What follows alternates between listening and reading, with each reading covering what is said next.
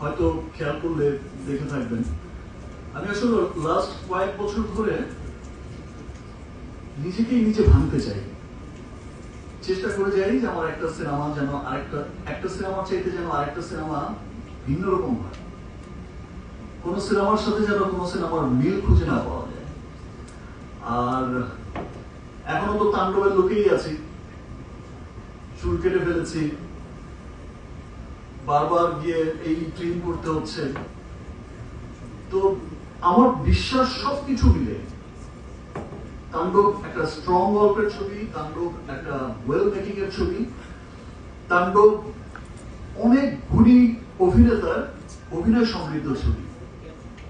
তাণ্ডব যে technician team আছে তারা মন দিয়ে কঠোর পরিশ্রম করে তাণ্ডব করেছে, এবং আমি বিশ্বাস করি যে তাণ্ডব সবার হৃদয়ে তাণ্ডব ঘটাবে।